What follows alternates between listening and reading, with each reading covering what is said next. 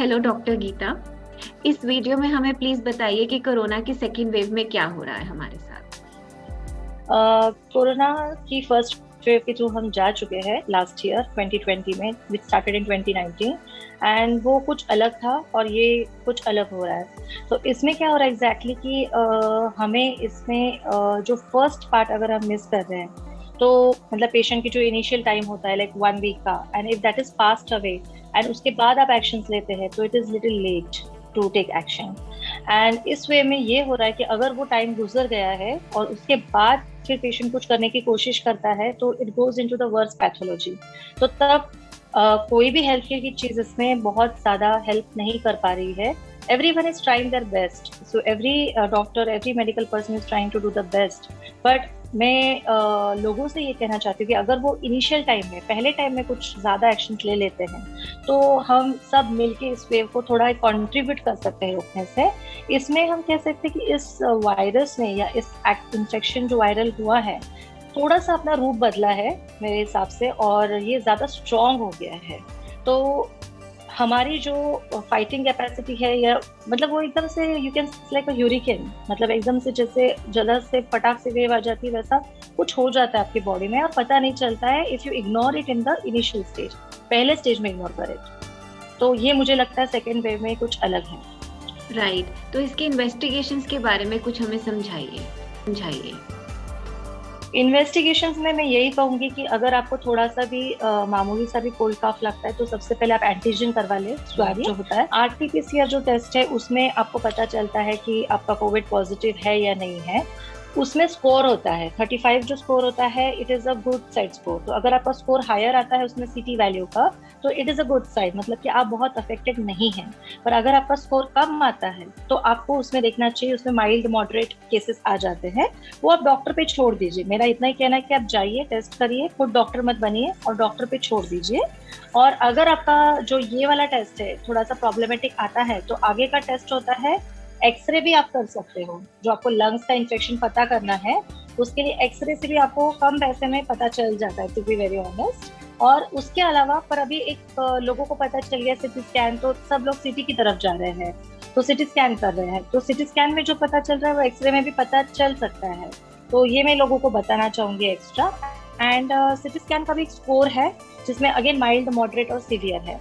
तो अगर 9 तक है उनका स्कोर तो इट्स माइल्ड, 9 से 15 तक है तो मॉडरेट, और 15 से ऊपर गया है तो ये सीवियर है।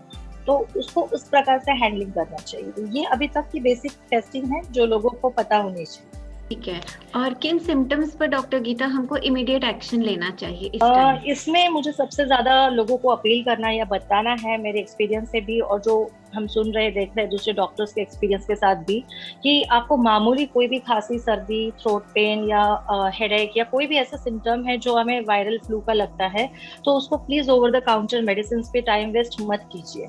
आपको उस पर जल्द से जल्द फिजिशियन से जाके मिलना चाहिए, ना कि सेल्फ मेडिकेशन लेना चाहिए। आप जो भी अपने फैमिली डॉक्टर है या फिजिशियन है उनको जाके दिखा ले और वहां पे आप अपना एंटीजन कर ले या आरटीपीसीआर कर ले with in first 3 to 4 days, तो आपको क्लियर हो जाता है। पर अभी गीति का कुछ केसेस ऐसे भी आ रहे हैं सुनने में जहाँ पे आरटीपीसीआर का टेस्ट नेगेटिव है और कुछ दिनों के बाद उनके वो सिम्टम्स बढ़ रहे हैं। तो अगर आपका आरटीपीसीआर नेगेटिव हो गया और आपके सिम्टम्स नहीं गए हैं तो आप बिल्कुल भी एकदम रिलैक्स्ड मत हो जाइए कि हाँ मेरा तो नेगेटिव हो गया है, तो अलर्ट रहना, alert is the key in this. मैं ये नहीं कहूंगी कि पैनिक हो जाइए, बट अलर्ट रहना बहुत जरूरी है इस स्टेज में कि आपका अगर सिम्टम प्रोग्रेस हो रहा है, कोई भी डिफिकल्टी है इन ब्रीदिंग, आपको सर्दी, खांसी, थ्रोट पेन, हेडेक्स, थकान, या फिर इसमें अब नए सेट ऑफ सिम्टम्स भी आए हैं लाइक एब्डोमिनल सिम्टम्स जहाँ पे डायरिया, वॉमिटिंग और नौशिया भी देखा गया है, तो इन चीजों में अलर्ट रहिए। तो बच्चों में डॉक्टर गीता सेकेंड वेव में बहुत आ रहा है कि बच्चों को भी इफेक्ट कर रहा है काफी हद तक, तो बच्चों में क्या सिम्टम्स पे हमें एकदम एक्शन लेना चाहिए? बच्चों में खास करके देखा गया है कि ये तो कॉमन सेट ऑफ सिम्टम्स जो हम पता है हमें वो है, बट एक नई बात बच्चों में हो सकता है स्टार्टिंग उनका जो हो, it will be with diarrhoea, loose motions, loss of appetite, और उनका जो एक्टिविटी है, एनर्जी है, वो कम हो जाता है, डल हो जाते हैं बच्चे, और उनका खाने का मन नहीं करता बिल्कुल, और टेस्ट, स्मेल वगैरह हमें सबको पहले से ही पता है, बट बच्चों के इसमें खास करके एब्डोमिनल सिम्टम्स ज्यादा है, स्टार्टिंग के स्टेज में। और तो अगर आपको लग रहा है कि उसको लूज मोशंस हो रहे हैं बार बार, तो इसको इग्नोर मत कीजिए समझ के कि ये शायद नॉर्मल गैस्ट्रिक इन्फेक्शन है। इट कैन बी कोरोना का स्टार्टिंग फेज। तो उस वक्त भी आप तुरंत अपने पीडियाट्रिशियन से या फिजिशियन से उनका ट्रीटमेंट चालू करवाएं। और उसके साथ आप कुछ ऑल्टरनेटिव मेडिसिन लेना चाहते हैं तो बिल्कुल ले सकते हैं। जैसे बहुत बार लोग पूछते हैं कि मैं घर का जो चीज होती है वो करूँ, काढ़ा करूँ, ये करूँ, बट सिर्फ उस पे मत रहिए। आपको मेडिकेशन लेना बहुत जरूरी है उस टाइम पे, उसे डिले मत कीजिए। दैट्स द ओनली की। जी, तो अगर हमें पता चल जाता है कोरोना है, इस सिचुएशन को कैसे मैनेज करना है और क्या बच्चों में और एडल्ट्स में इसका फर्क पड़ेगा? मैनेज कैसे करना है, अगेन मैं बोलूँगी अलर्ट रहिए। मामूली से सिम्टम के लिए भी आपको तुरंत जाके मेडिकेशन लेना है। और नॉर्मल टाइम्स में हम इस चीज़ को अवॉइड करते थे, जब नॉर्मल टाइम्स थे कि हम लोग घर का कुछ चीज़ ले लें या फिर मैं खुद से जाके कॉम्बीफ्लैम क्रोसिन खा लूँ, पर अभी वैसा मत कीजिए। ये मेरे को सबको बताना है। अभी जाके आप प्रॉपर फिजिशियन से आपका 3 दिन का कोर्स कीजिए। इसमें स्टेजेस होती है, जैसे आपको स्टेज में पता चलता है, एक आप रैंडमली देख ले तो 4-5 स्टेजेस है। असिम्टोमेटिक लोग भी हैं, सेकेंड है माइल्ड, फिर moderate, severe and then critical. तो जो असिम्टोमेटिक लोग हैं उनको पता ही नहीं है कि मुझे है, एक्सीडेंटली वो कोई टेस्ट कराते हैं और उनको पता चल जाता है कि हाँ मेरा पॉजिटिव है। ऐसे लोगों को ट्रीटमेंट की शायद ज़रूरत ना पड़े, पर उनको आइसोलेशन कर लेना चाहिए। माइल्ड मॉडरेट में उनको वही सिम्टम्स होते हैं सर्दी खांसी वगैरह के, बट उनको तकलीफ ज़्यादा नहीं होती है। मतलब कि ऐसे नहीं कि बैठे बैठे उनको थकान हो रही है, बात करने पे हो रही है, बहुत एक्सर्शन करने या कुछ ज़्यादा एक्टिविटी करने पे थकान हो सकती है। तो उस चीज़ को हम मॉडरेट तक पकड़ सकते हैं। सीवियर एंड क्रिटिकल केस कहाँ पे कि जैसे मैं आपसे एक वर्ड भी बात कर रही हूँ तो मेरा बिल्कुल सांस लग रहा है, बैठे बैठे एट रेस्ट मेरी सांस लग रही है और मेरा ऑक्सीजन सैचुरेशन नीचे जा रहा है। तो ये सब चीज़ें अगर हो रही तो डेफिनेटली आपको हॉस्पिटल में शिफ्ट हो जाना चाहिए। मॉडरेट तक आप घर पे भी डॉक्टर की सलाह से मेडिकेशन लेके ऑनलाइन कंसल्टिंग या मिलके आके अपना दवाई जारी रख सकते हैं with isolation protocols. But severe and critical of course जहाँ पे आपको ऑक्सीजन जरूरी है, you have to go to hospital. अभी इसमें कुछ केसेस में क्या हो रहा है कि लोग ज्यादा पैनिक भी हो रहे हैं, उनका बिल्कुल स्कोर नॉर्मल है, सब कुछ ठीक है, बट मैंने ऐसे भी लोग देखे वो बिल्कुल पैनिक हो रहे हैं, स्ट्रेस्ड आउट हो रहे हैं कि मुझे हॉस्पिटलाइजेशन करना है। ये भी गलत है, बिकॉज जरूरत ही नहीं है तो आप क्यों कर रहे हो? बिकॉज आपकी वजह से शायद जिनको बेड की रियल में जरूरत है वो ऑक्यूपाई हो रहा है। So you have to be very self thinking as well as empathetic at this time. आपको दूसरों के बारे में भी सोचना है, ये नहीं कि मेरे पास इंश्योरेंस है तो मैं जाके हॉस्पिटलाइज हो जाऊं। पर अगर आप माइल्ड और मॉडरेट स्कोर के हिसाब से हैं, but if you are not feeling well, अगर आपको वो लग रहा है अंदर से कि मेरी थकान ज्यादा है, तो फिर आप डेफिनेटली जाइए। बिकॉज इसमें अभी टेस्ट प्लस आपका इनर फीलिंग, गट फीलिंग, वो भी दोनों ही इम्पोर्टेंट है। जी, तो एज के अकॉर्डिंग डॉक्टर गीता फर्क पड़ेगा इसमें कि बच्चों में डिफरेंट काइंड के हम मैनेजमेंट करें और बड़ों में डिफरेंट? बच्चों में थैंकफुली अभी तक बहुत ज्यादा डेडली अफेक्शन नहीं है, बिकॉज आई डोंट नो उनका कोई ब्लेस्ड इम्यूनिटी है अंदर बच्चों के अंदर, ये उन चीजों उनमें अभी तक इतना नहीं पाया गया है और उनका फाइटिंग कैपेसिटी भी काफी अच्छा रहा है। अगर आप सही समय पे दवाई लेते हो, उनको प्रॉपर फ्रूट्स, डाइट, हाइड्रेशन सब कुछ देते हो, तो उनको काफी अच्छा रिकवरी भी हो जा रहा है। इनफैक्ट काफी पेशेंट्स में मैंने देखा है, मेरे जो है उनकी फैमिली में सब कोई पॉजिटिव इंक्लूडिंग बच्चे, बट बच्चों को इतना ज्यादा अफेक्ट नहीं हुआ है थैंकफुली, और 1-2 दिन के बुखार के बाद या उनकी जो सिम्टम्स थे मेडिकेशन के बाद ठीक हो चुके हैं।